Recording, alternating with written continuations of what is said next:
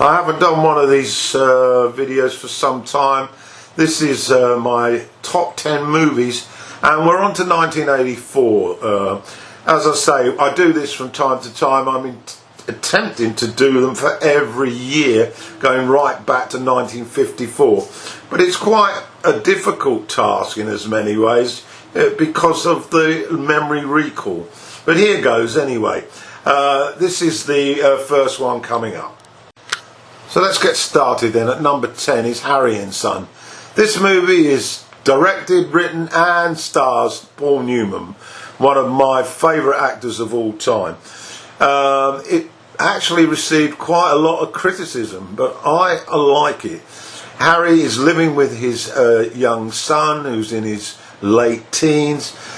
He is a foreman on a demolition site. He is the owner, and he basically goes along and demolishes old buildings ready for new construction projects. However, he's developed headaches, which has made it awfully difficult for him to carry out the demolishing, so he's forced to stop work. The film focuses on the relationship he has between his son and himself with failing health. I thoroughly enjoyed it. So at number 9, it's The Killing Fields. This was directed by Roland Joffe, and it starred Sam Waterston and Hang Se-Nor in the chief roles. It's about the killing fields in Cambodia. 1973, Cambodia was in the grip of a civil war between the government and the Khmer Rouge. The film witnesses the last days before the Khmer Rouge overcome the government forces and take over in charge of that country. The film is about the relationship between the New York journalist, played by Waterston, and his translator and assistant, played by Hang Se-Nor. And we witness the frantic activities leading to the fleeing from Phnom Penh by foreign journalists. The movie then moves into the area of Waterston tracking down the Cambodian friend to the killing fields, and it's a gripping tale. As for the Oscars, it did quite well. The Cambodian won for Best Supporting Actor, and it was nominated for the screenplay, for the best film, and Sam Waterston got a nomination for Best Actor. I suggest you take a look. At number 8, my top 10 movies for 1984 is The Bounty. Now, The Bounty was directed by Roger Donaldson and stars Anthony Hopkins as Captain Bligh, and Mel Gibson is in the other lead role as Fletcher Christian.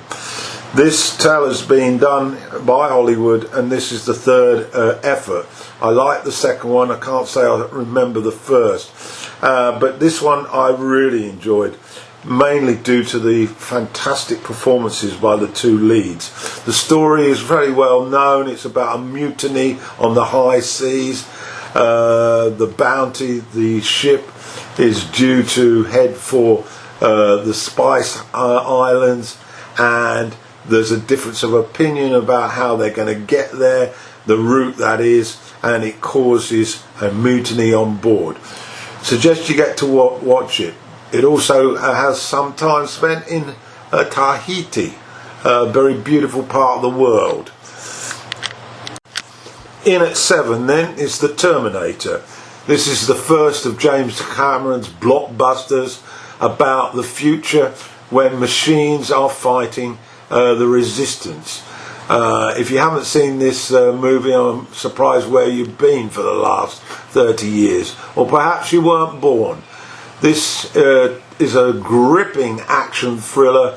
It stars Arnold Schwarzenegger as the Machine, and he is out to terminate, the title of course gives it away, terminate Sarah Connor, who's played admirably, I might add, by Linda Hamilton.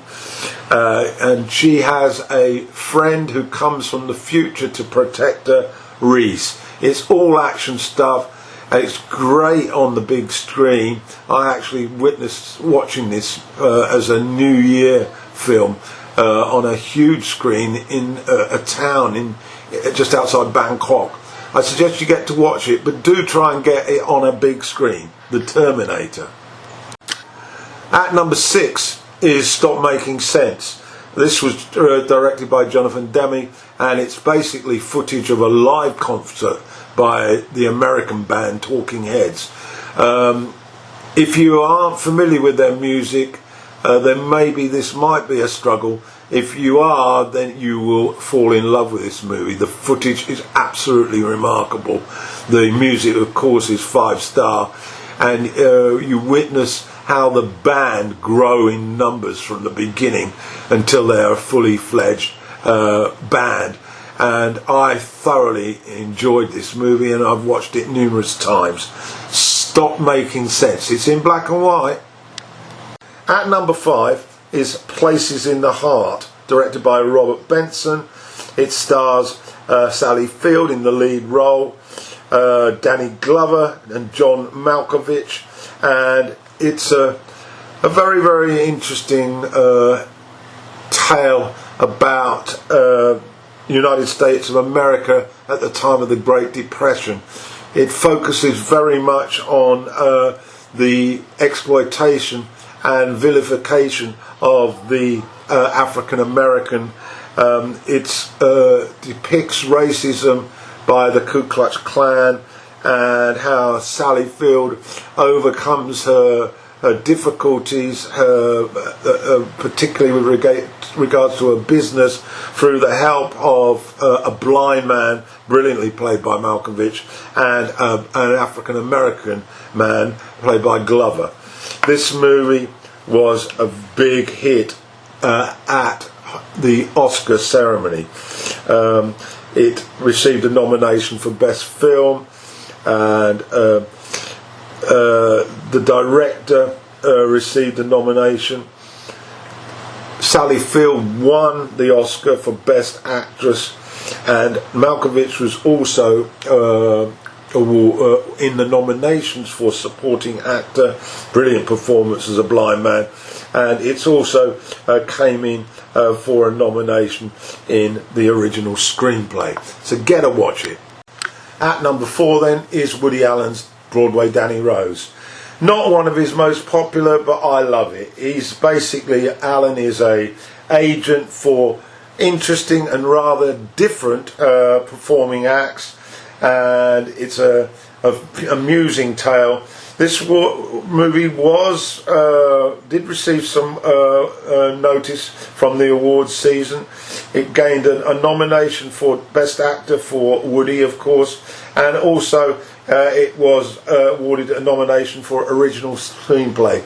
If you're an Allen fan, don't miss it. If you're not, or you don't know much about Woody Allen, this is probably a good place to start. At number 3 is Paris, Texas, directed by Wim Wenders.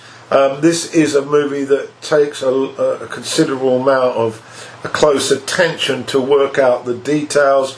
It's beautifully directed. The cinematography set in Texas is absolutely fantastic. Its plot is intriguing. It's about a man, Travis, who's disappeared for a number of years and re-emerges and wants to find out about his past. He wants to track down his daughter, and the tale is about how that comes about. Suggest you get to look at it. It's a lengthy watch, a very interesting watch. It stars Harry Dean Stanton in the chief lead role. Paris, Texas. Now to number 2. This is Under the Volcano, directed by John Huston and starring Albert Finney in the lead role, Anthony Andrews as a supporting act, and the beautiful Jacqueline Bisset. The tale is about pre-war. We're just about a year away from World War II. The setting is in Mexico.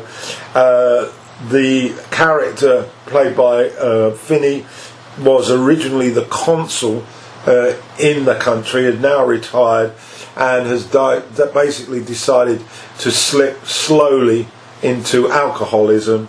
And it's a tale about how what happens to him and his wife and his friend on the annual Day of the Dead that occurs in Mexico. It's a dark comedy. Finney received a nomination for Best Actor, deservedly, for this role. I love this movie. Please go to watch it. Under the Volcano.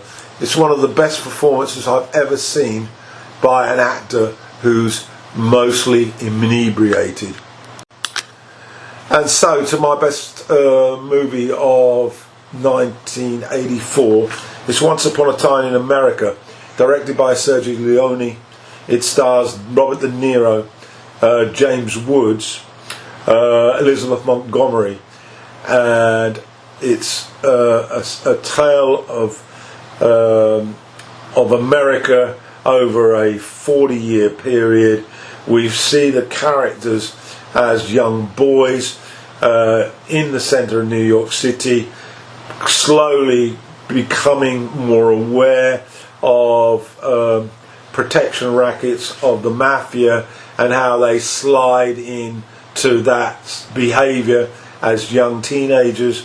And then we move forward to when they are making huge quantities of money following the Prohibition era and latterly in trafficking drugs. The performances by Woods and De Niro are off the scale, really.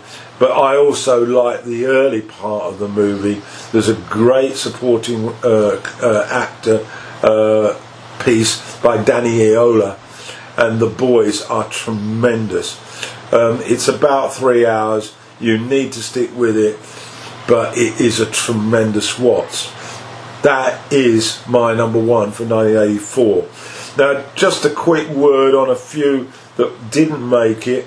Amadeus, which won the Oscar, I didn't really enjoy that film, so this is a personal choice, so that didn't make the frame. A Soldier's Story is a good movie, just missed out. And A Passage to India, which was up for quite a number of awards, I'm afraid that didn't make it either.